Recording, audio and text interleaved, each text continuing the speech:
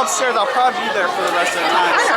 And I'll probably be down here for the rest of the time. Okay. That was so funny. Do that again. If you guys want, this could be like the intro to the vlog. Oh, If anybody on the count of 3 said it's Judy's life, okay? 1 second. Okay, 1, 2, 3.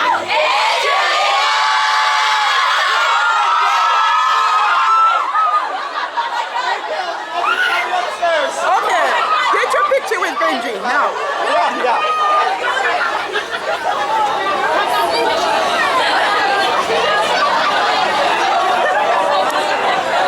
I know you wanted that. Okay, that was good. Okay, how far did I get? Okay, so we're here. Were you with? John. He's my boyfriend. And Katie. Hi. Hi, that's right. Katie thought you all knew her name, but you didn't. So Katie is a DearMamaSal watcher as well, so that's wonderful. John's trying to get out of the picture, but we're not going to let him do that. So Katie, who do you want to give a shout out to?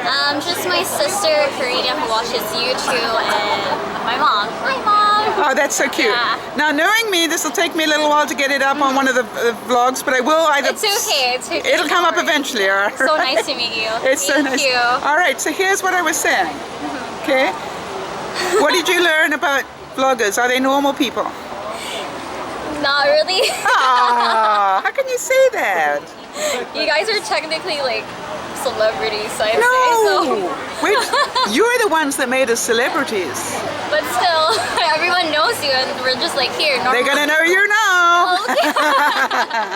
So Thank you so much. That's so much fun. Bye. There we go. Let's get one together. Thank you. That's so cute. I'll get it up. Thank you. Actually, if you... There we go. All right, everybody. So here we got Rihanna. Rihanna?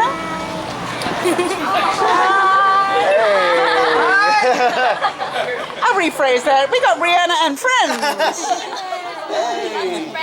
Okay, and they're really close to their friend now. So you're here to see Judy. Are you excited? Are you going to remember she's just a normal human being? Yeah, you're going to remember that for me, okay?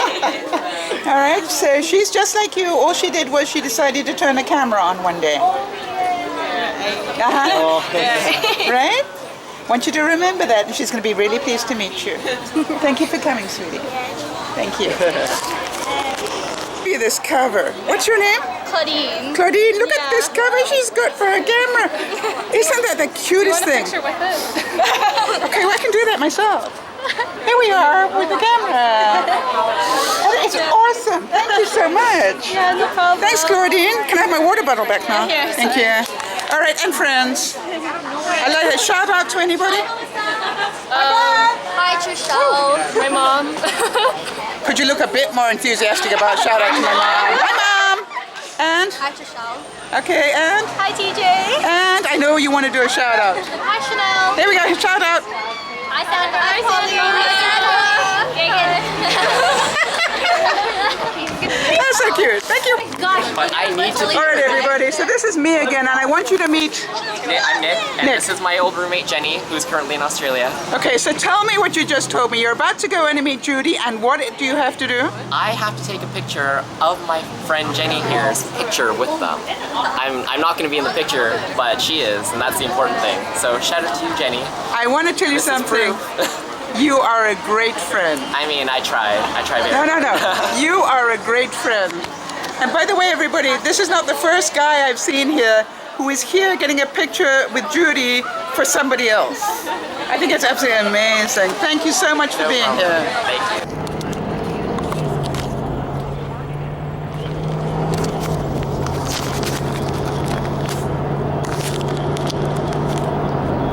Hi everybody, this is DearMamaSal, Tuesday. And it's a sort of overcast, yuck, sort of morning. They say it's going to be a nice day, but you wouldn't actually believe it if you looked out of the window right now. Now I'm still dressed for a warm day, but I've got my raincoat with me. Now I don't know whether it's just me and living here in British Columbia, and I know a lot of other people also live in British Columbia, but I've noticed that the last couple of mornings have been a lot cooler than normal, which does not please me, because we're still in August, and I don't expect the temperatures to start plummeting in the summer. Now, I know plummeting is not really the right description for what I've been feeling in the mornings, but it's been cool enough that I've thought about maybe closing one of my doors. You know, because I keep my doors open to keep the draft going through the two. Oh, it's going to worry some of you. Sorry. Yeah. Understand I'm on the... I'm talking patio doors with screen doors and everything. So don't worry, I'm not opening myself up for attack here. Because I know you'd worry about that, because you're nice people. Anyway, so, yeah, it's just been really strange. You could just feel the difference, and I'm going, I don't want to feel the difference yet. But like a lot of things in life, so be it. The fact that I don't want to doesn't stop it being a reality. So it looks like we are on the downside of summer. I really have to say, for all of you who came to the meet and greet in Vancouver, and may watch this, I am still smiling.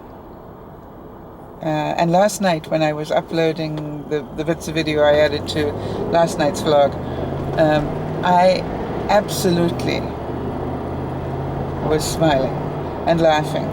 And Amelia, if you get to watch this, the opera singer Amelia, oh no, no, not Amelia, Emmanuel, I think. Anyway, Emmanuel, the opera singer lady, she'll know who she is. You are so cute. I mean, I'm not joking. I was watching that piece of footage last night, and I was laughing till I almost cried. It was just, you are adorable. And I really, really look forward to hearing more about your success. And don't ever forget that conversation about body language. Because I think it was one of the greatest things I learned in life, quite honestly. And it actually was helpful to me even when I was talking to everybody on the lineup to go and see Benji and Judy. Because I remember at one point I asked somebody a question and they answered me, but the answer they gave me was not congruent with their body language. Do you know what I mean? They weren't in sync. The body language said something completely different. And so I stopped and looked at the person and I said, I think you were just polite rather than truthful. Because sometimes we do that, don't we? People will ask us a question and it's just like we will give the socially polite answer rather than a truthful one. So I'm just hoping that person remembers that as well. It's really important, and you know, if you can learn a little bit about body language, it's really useful to have. It certainly is one of the skills that I am most grateful for, that I actually did study it and that I did use it to my benefit. The other thing that, you know, I know it sounds really strange, but the other thing that I did study for a short period of time and found it very valuable was graphology, you know, the science of studying handwriting. It tells you a lot about people, and I found that very useful when I was interviewing people. Because, you know, at an interview, a lot of people can tell you a lot of things about themselves. And some of them can be completely untrue. But if you understand handwriting, you can tell a lot of things about people.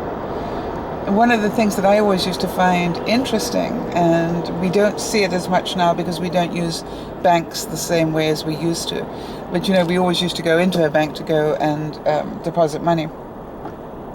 And of course we don't do that so much anymore because we use ATMs, but it always interested me how similar the handwriting was of most bank tellers. And if you ever get a chance to witness that, have a look at it. Most people who work in banks have really nice open writing.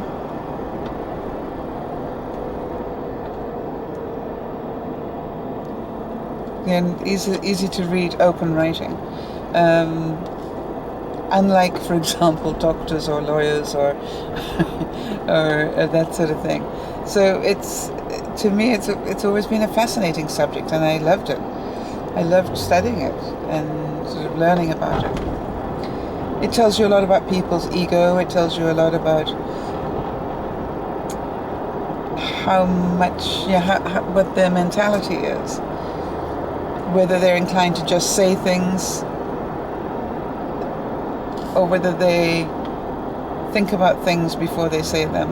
You can actually tell that from their writing. It's really good.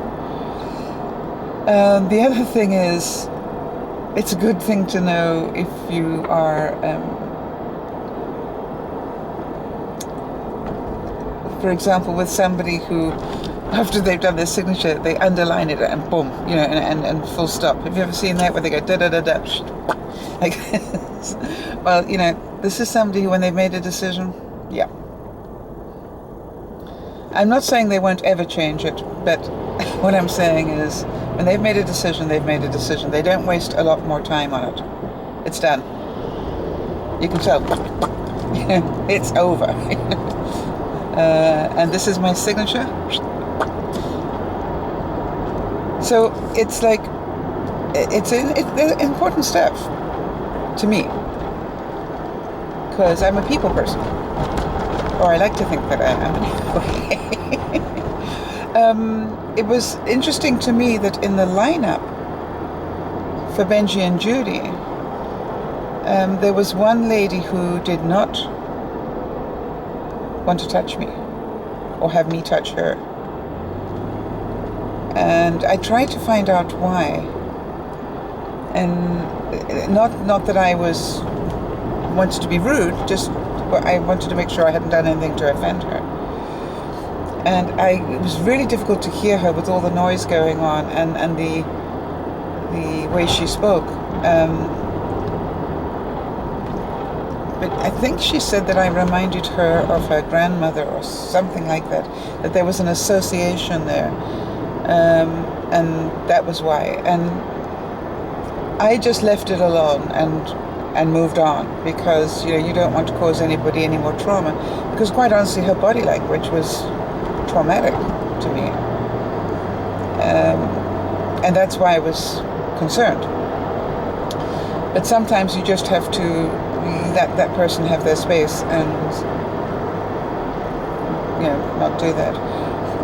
I was actually really delighted that so many people in the lineup did take the opportunity to just have somebody give them a hug, because I don't think that you can do too much of that myself.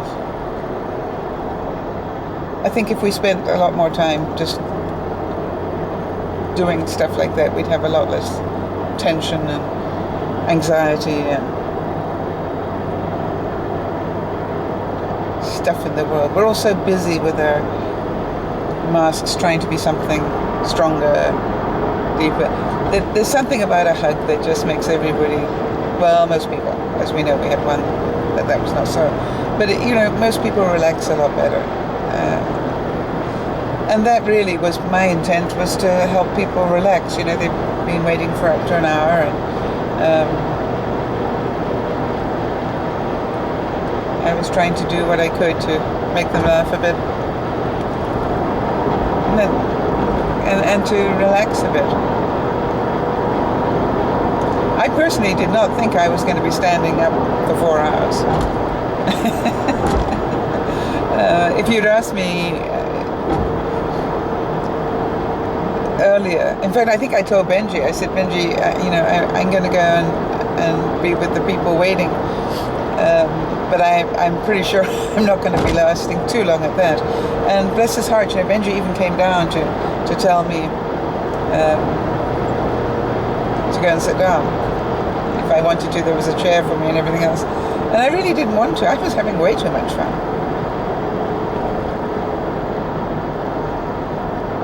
They were such nice people.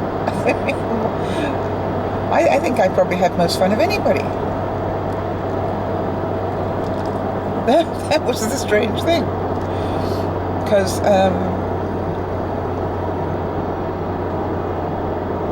I just could chat to people and find out about them.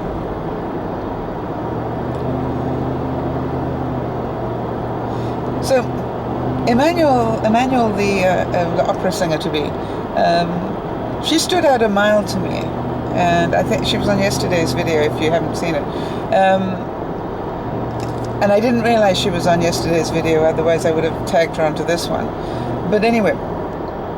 The interesting thing about her is when I walked down as I was sort of greeting people and talking to them, she really stood out to me. You really got a sense of her presence. Which made me ask her what was she doing with her life. And when she said she was training to be an opera singer, I was not surprised. Not surprised at all that she was a performer of some sort, because there's something about somebody who's a performer that you can feel. And when I say a performer, that can be anything where they present themselves to the public. So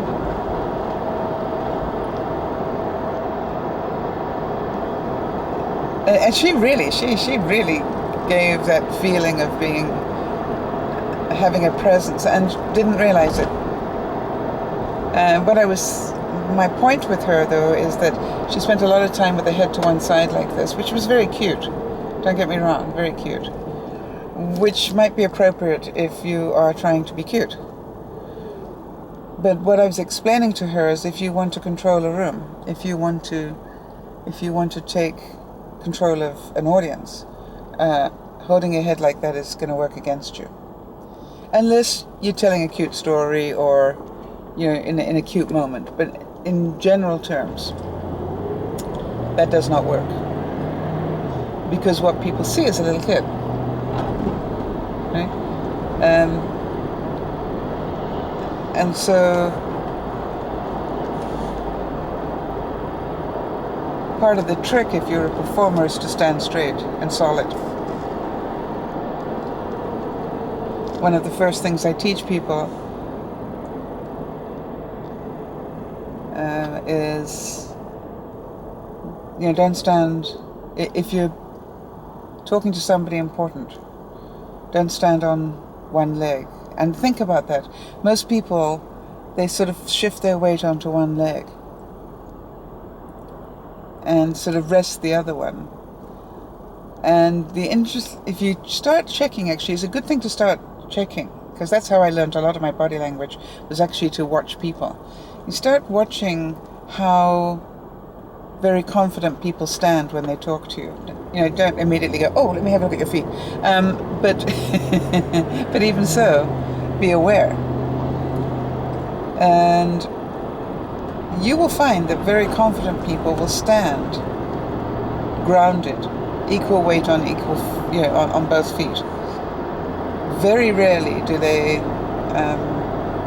not do that. And they may shift their weight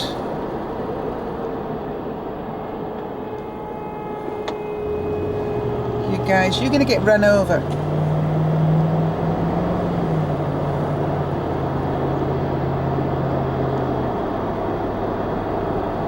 Sorry.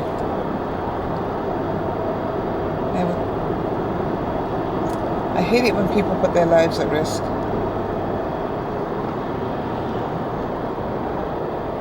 It's not very often that I get angry when I drive, but that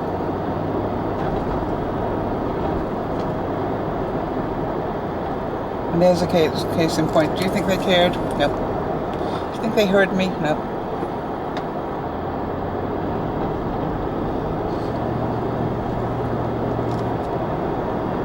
Anyway, let's go back to this standing solid. I'm certain a lot of you know that one of the things that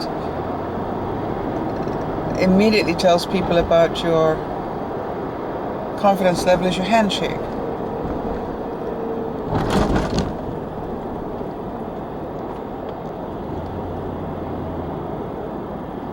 And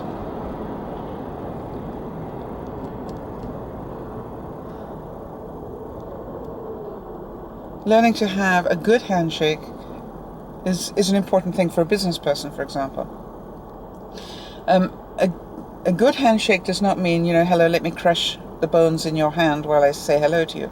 But it's a solid one. Yeah, it's not a wimpy little thing. And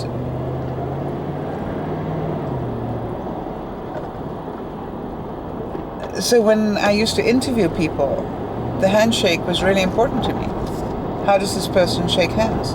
Do they shake hands as a confident person or as an insecure person?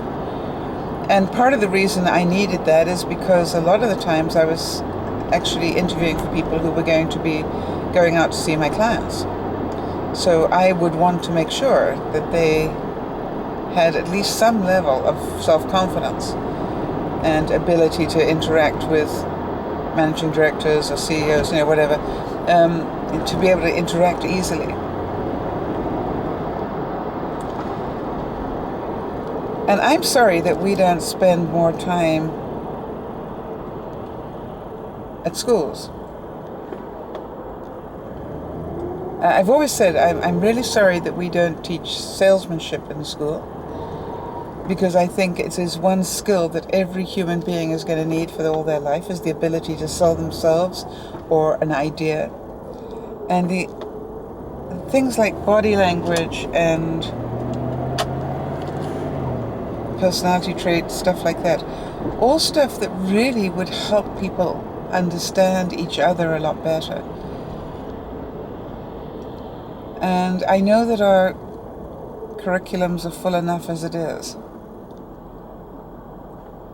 But sometimes I really think that those sort of skills would be far more valuable than a lot of the other ones that we teach. And of course, as I'm saying that, I'm trying to think, what would I drop? And I wouldn't, so.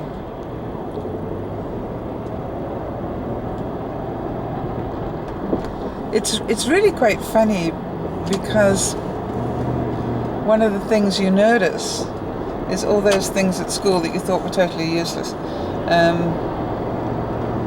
They actually are quite useful. They come back. There are times in my life when I've been really quite grateful for my geography or whatever else it was that I learned at school. And English Lit, we did Caesar. And so I was quite pleased to have some Shakespeare in my head. And, it's you look at it now, or for example, if we take the soft skills, I actually took a class on, dressmaking and embroidery and things like that. And I've really found that very useful for all of my life, that I actually, not that I necessarily want to, because today, I can buy clothes more reasonably than I can make them. That's the sad thing today. Whereas when I was growing up, you could actually make them more cheaply than you could buy them. Now I think, quite honestly, I look at it and go, other than for entertainment purposes, other than for purely creative reasons, I can't see why anybody would make their own clothes anymore, or knit their own sweater. And yet when I grew up, it was definitely the way to go. Things have really changed. So I hadn't realized how much they changed actually until I just started to talk about it. But I definitely used to make my own clothes because it was cheaper. Well, and I guess in a way it still is. I guess if you're going to make what I call original clothes and high-end clothes, it probably is still cheaper. But your everyday clothes, not so much.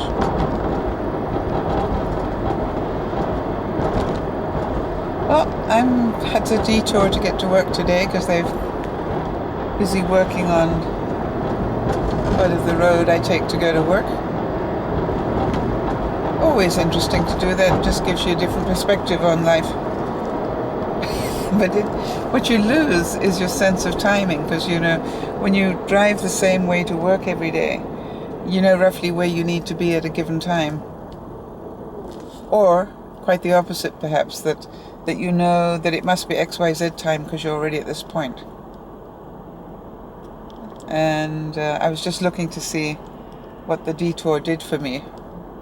And I'm going to be a couple of minutes late, but that's all, so that's good.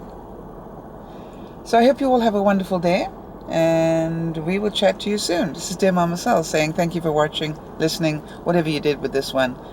Bye for now.